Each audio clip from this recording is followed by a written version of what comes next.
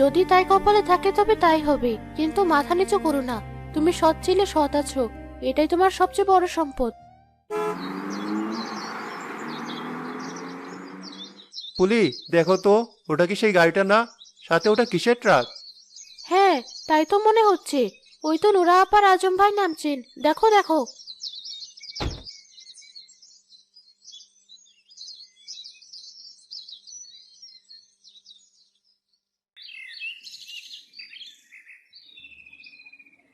কেমন আছো সুহাগ ভাই, পুলি বোন?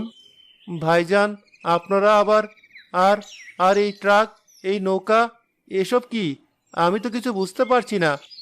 সেদিন তোমরা টাকা নাওনি, আমাদের খুব লজ্জা দিয়েছিলে, কিন্তু আমরা কি এতই অকৃতজ্ঞ যে তোমাদের ওভাবে ফেলে রাখবো? সারা রাত আমি ঘুমাতে পারিনি তোমাদের কথা ভেবে।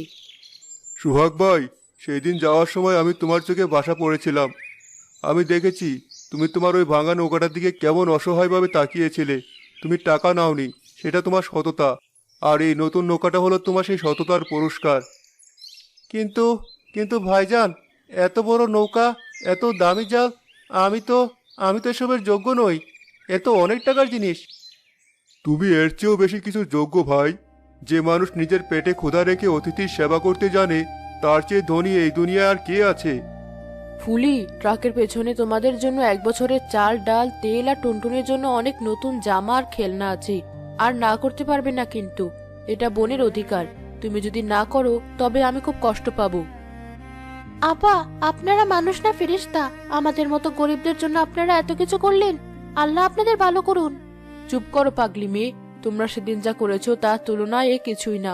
তোমরা আমাদের শিখিয়েছো অট্টালিকা থাকলেই মানুষ বড় হয় না, বড় হতে হলে তোমার মতো বিশাল কলিজা লাগে।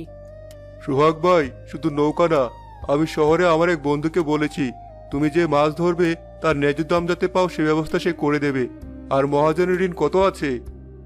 জি, 3,000 টাকা। ওটা আমি শোধ করে দিয়েছি আসার পথেই। মহাজনকে বলে এসেছি আর যেন তোমাকে বিরক্ত না করে। এখন থেকে তুমি স্বাধীন। ইয়া আল্লাহ, তোমার শুক্রিয়া। তুমি যে এমনভাবে মুখ তুলে চাইবে তা আমি স্বপ্নেও ভাবিনি। ফুলি, দেখলে, তুমি ঠিকই বলেছিলে, সততার দাম আল্লাহ এভাবেই দেন। মা, মা, দেখো নতুন জামা, কি সুন্দর পুতুল, লাল রঙের পুতুল। আল্লাহ আমাদের দিকে মুখ তুলে চেয়েছেন। ধন্যবাদ আঙ্কেল। বেঁচে থাকো মা, বড় হও।